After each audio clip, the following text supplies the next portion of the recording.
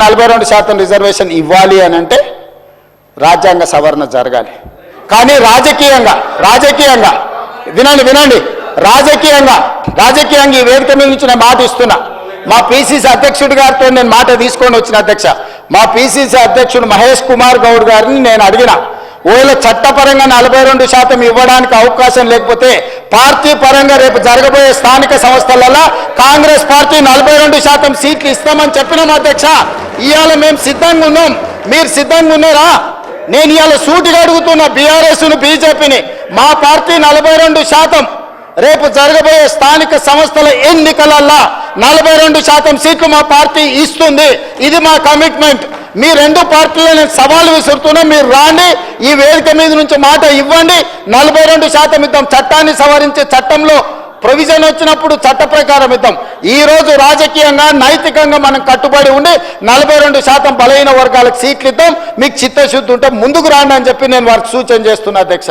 మేము అడిగింది మీరు చేసిన కులగణన తప్పుల తడక రీసర్వే చేయండి అన్నాం.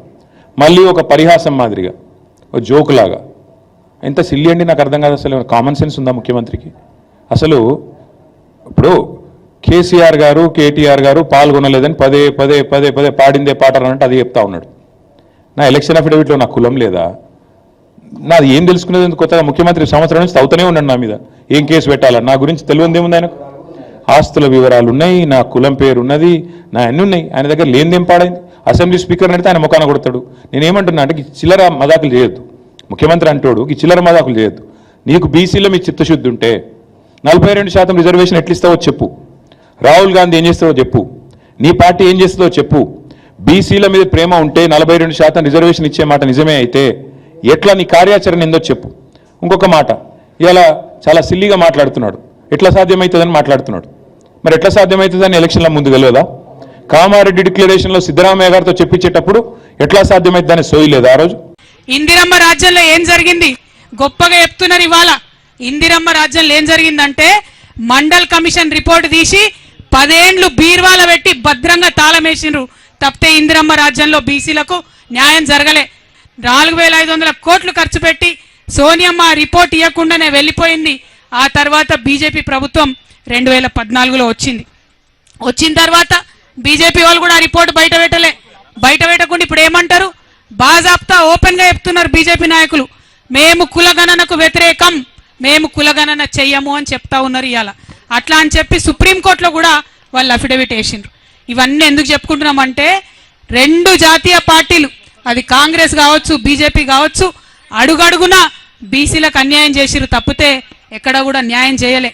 ఇవాళ నేను ఇప్పుడు చెప్పినటువంటి విషయాలన్నీ ఏ ఒక్కటి అవాస్తవమైనా నేను రాజకీయాల్లోంచి శాశ్వతంగా తప్పుకుంటానని చెప్పి ఛాలెంజ్ చేస్తా ఉన్న కాంగ్రెస్ పార్టీకి.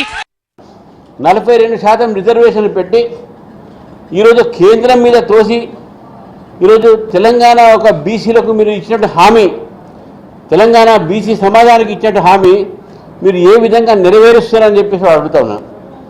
ఈరోజు 42% రిజర్వేషన్ ఓబీసీలకు లోకల్ బాడీ ఎలక్షన్స్లో మీరు ఇస్తారని చెప్పేసి బిల్లు తీసుకోవడం జరిగింది.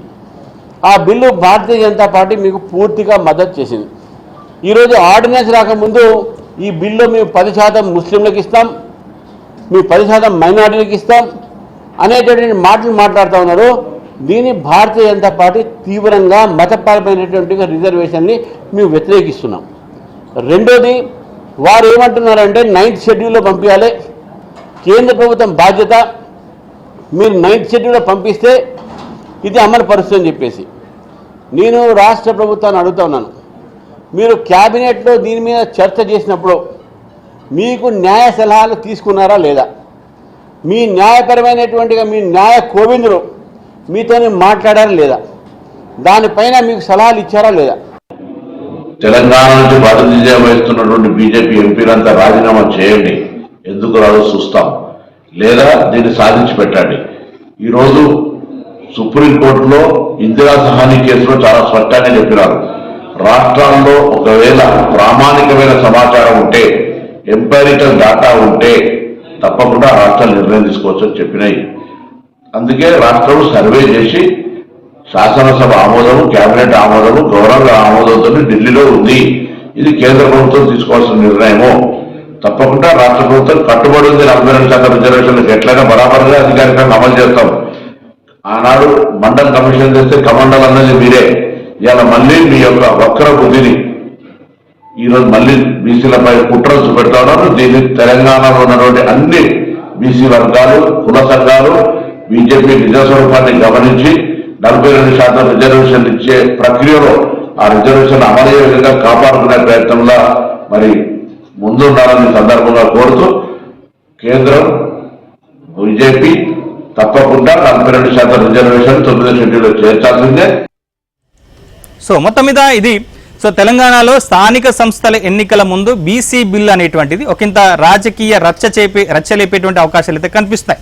సో మరోవైపు కాంగ్రెస్ ప్రభుత్వం తాము 42% రిజర్వేషన్ల పెంపుకు కట్టుబడి ఉన్నాము, ఇది కేంద్ర ప్రభుత్వ చేతిలోనే ఉంది అంటూ బీజేపీని రిజర్వేషన్ల విషయంలో దోషిగా నిలబెట్టేటువంటి ప్రయత్నం ఇటు కాంగ్రెస్ పార్టీ చేస్తుంది. మరోవైపు బీఆర్ఎస్ పార్టీ కూడా ఇది రాజ్యాంగపరంగా ఇటు న్యాయపరంగా ఈ బిల్లు చెల్లదు, ప్రభుత్వం చిత్తశుద్ధితో లేదు, కేవలం రాజకీయంగానే బీసీలను వాడుకునేటువంటి ప్రయత్నం చేస్తుందని చెప్పేసి బీఆర్ఎస్ పార్టీ ప్రభుత్వం మీద విమర్శలు చేస్తుంది.